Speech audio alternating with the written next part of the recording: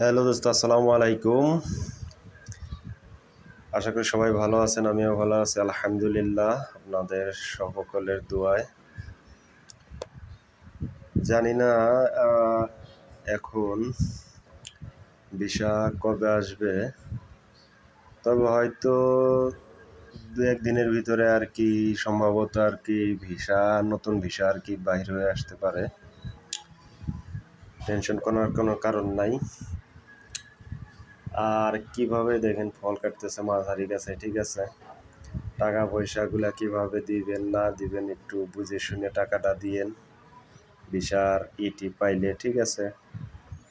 সবাই তো পাসপোর্ট দিয়েছেন, টাকা পয়সা পাইছেন, আবার দিচ্ছেন কিছু, আবার ভিসাটা পাই রইলে আপনার ফটোকপি দিবে, তারপর ট্রেনিং করবেন, এরপরে গিয়ে আবার বিয়ামি কার্ড, এগুলা পুলিশ ক্লিয়ারেন্স, এগুলা সব কিছু করতে হবে, ঠিক আছে। এগুলা স্টেপ বাই স্টেপ, মানে সব কিছু আপনার ওই ভিসা যখন বাইরে হবে ফটোকপিটা দিবে তখন আর কি করে নেবেন। আর ভিসাটা একটু চেক দিয়ে নিন অনলাইনে, ঠিক আছে।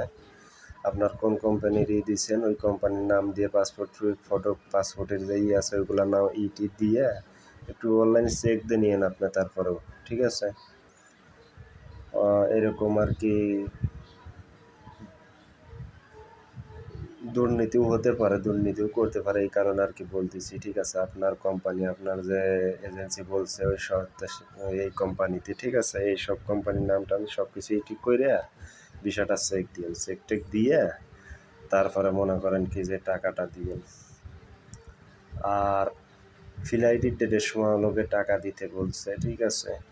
সে যে কয় টাকায় দিয়ে যাইতেছেন, সরকারি রেট হোক আর কিংবা যেভাবেই হোক যাইতেছেন, ওই অনুযায়ী আপনার ওইভাবে আর কি টাকাটা দিয়েন, ঠিক আছে।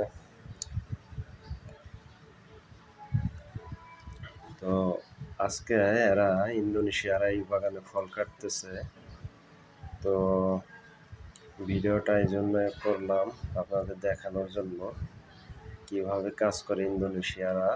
আর এই যে দেখেন এই একই গ্যাংয়েরই, ঠিক আছে। তো কয়দিন ধরে আমি ভিডিও দিব করতেছি, কিন্তু ভিডিও দিতে পারতেছি না, এই কারণে মনিটাইজেশন হয়েছে, তারপর বেশি ভিডিও দিলে পয়লা সমস্যা হয় বলে সেই কারণে আর কি দিতেছি না। তো আজকেও দিতাম না, তো হঠাৎ করে 4-5 দিন হয়ে গেছে দেরি, এই কারণে আজকে ভিডিওটা দিলাম।